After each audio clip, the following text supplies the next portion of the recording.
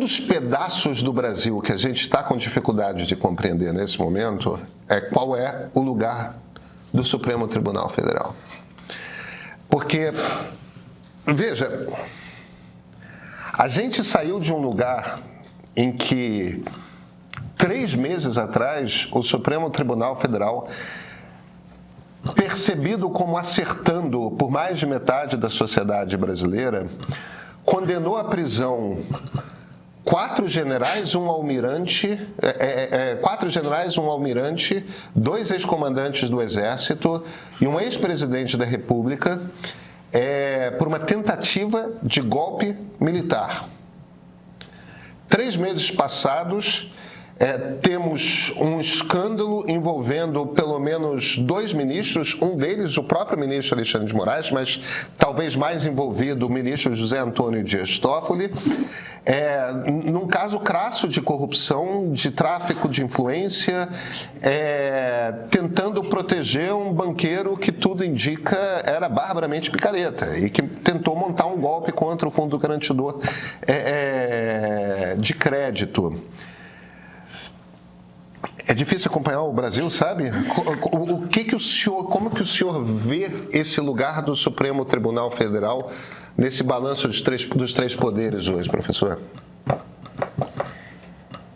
Também boa tarde a você, Pedro. O roteirista do Brasil, ele, você sabe, ele é um trabalhador incansável, né? Ele não tem um regime de carga horária, ele não tem final de semana, muito menos ponto facultativo. Ele trabalha todo dia, a todo momento.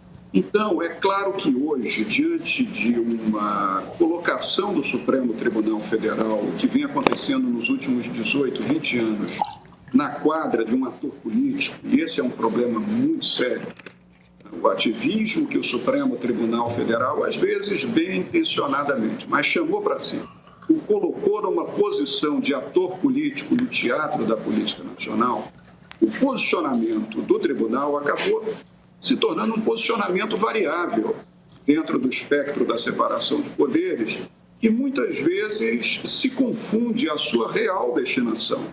É preciso entender que a função que o Supremo Tribunal exerce, que é a função jurisdicional, ela é uma função política por natureza, porque a função judicial também é uma função política, mas ela não pode ser uma função política de escolha, ela há de ser uma função política de interpretação.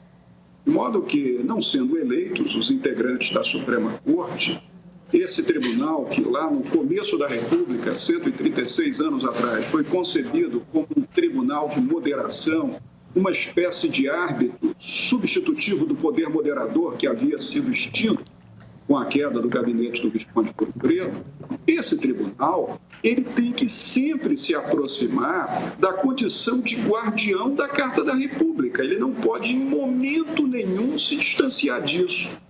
Porque quem se joga à condição de ator político, Pedro, é julgado historicamente como ator político.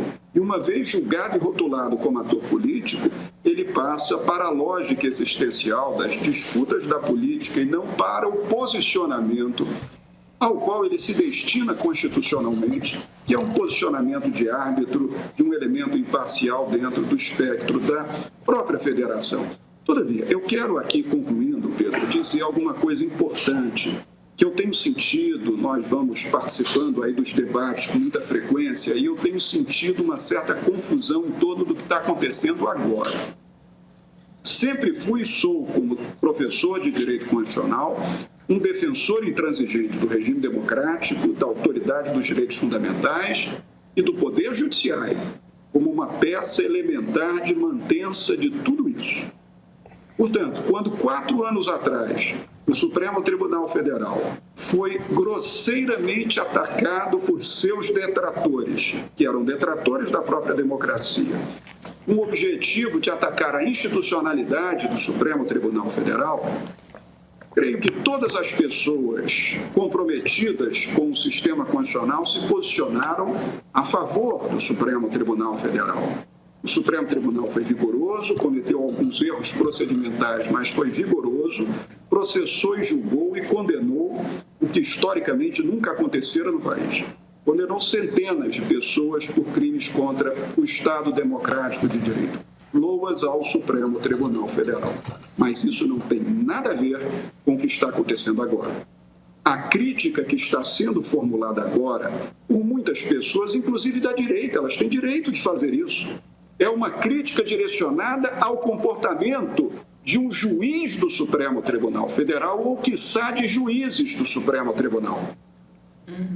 Criticar juízes do Supremo Tribunal Federal não é e não pode ser entendido como ataque à institucionalidade da Corte.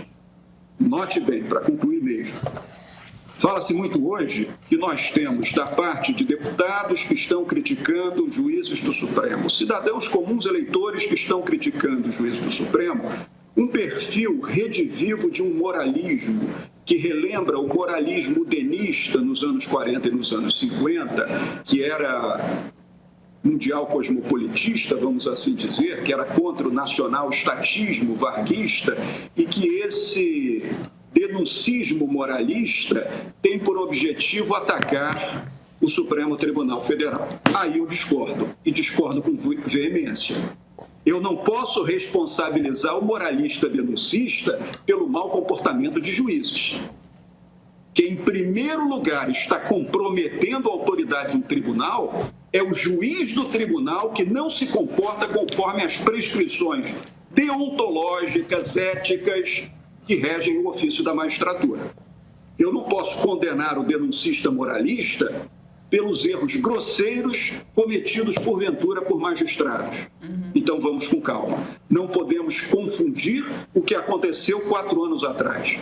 4 anos atrás, creio eu, que qualquer cidadão de bem tinha que estar ao lado do Supremo Tribunal Federal por defender a institucionalidade do Estado brasileiro.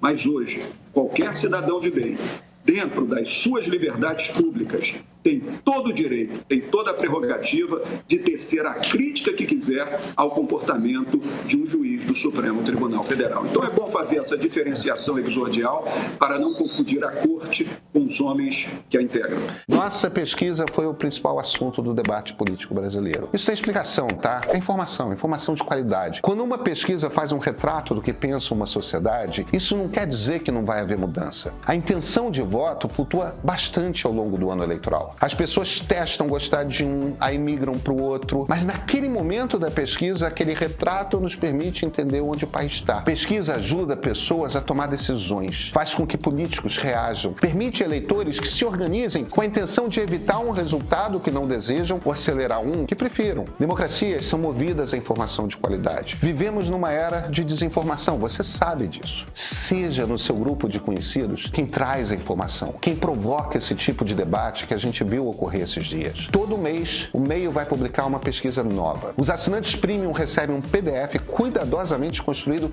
para ser distribuído pelos celulares, porque isso é chave. É informação para as redes sociais, para o grupo de Zap, para esse mundo digital. Assina o Meio, receba a pesquisa, distribua informação. É cidadania democrática no tempo digital.